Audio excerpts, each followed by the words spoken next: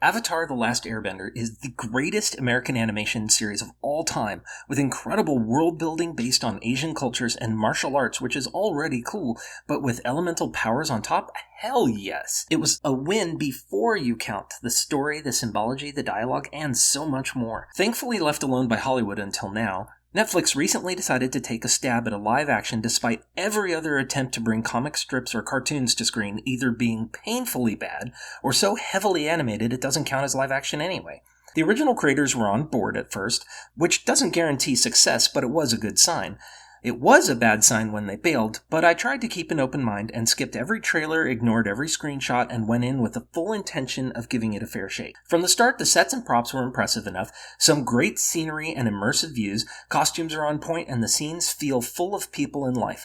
There's some solid animation in the battle sequence and the storm, then we get some more great sets and scenery at the water village, the ship, and the Southern Air Temple. The characters are basically fine, and the broad strokes of the story are still there. Altogether, I'll admit this is probably the best live-action attempt I've seen so far. That said, there are plenty of things that are confusing, disappointing, and just wrong. And I'm not talking about the myriad of minor changes and cuts they made for time. Most deviations are forgivable because they didn't change the core story or characters. But why did we have to miss out on some of the epic moments of the original due to time and budget that was spent on unnecessary scenes like the world's worst earthbender making unnecessary sacrifice to support an unnecessary plot device? Why can Aang fly now? Why aren't the air nomads pacifists anymore? Aang and Iroh meet for some reason. Katara is suddenly skilled enough to launch a column of water 70 feet into the air on command, and after only one minor pep talk from Aang. These are core changes to the established world, characters, and story elements that fans are perfectly justified in worrying they made carelessly instead of purposefully. Granted, this is just episode 1, and the animated series had some weak spots at first too, but it is concerning.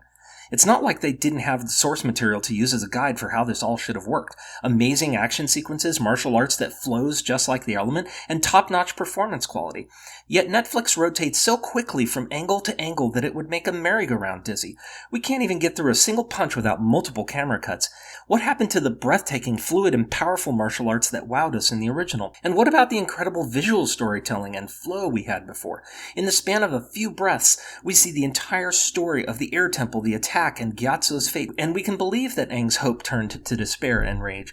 But in the live action, they spent so much time showing us things that weren't relevant, like herding these kids around only for them to not matter seconds later, that Gyatso ends up dropping on the stairs unceremoniously instead.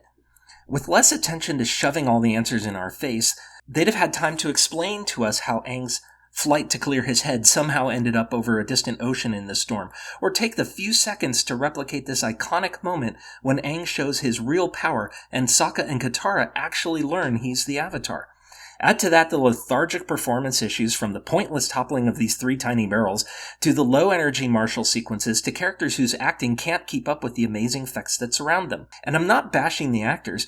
We've got plenty of young actors that pull off great performances when they have solid direction and production. And I've seen how performance quality can take what should have been a joke movie and make it actually really impressive. So is it terrible? No. But is it good? Also no. It's decent, and maybe it gets better from here, but it's disappointing to think about how much better it could have been if they had just cared more.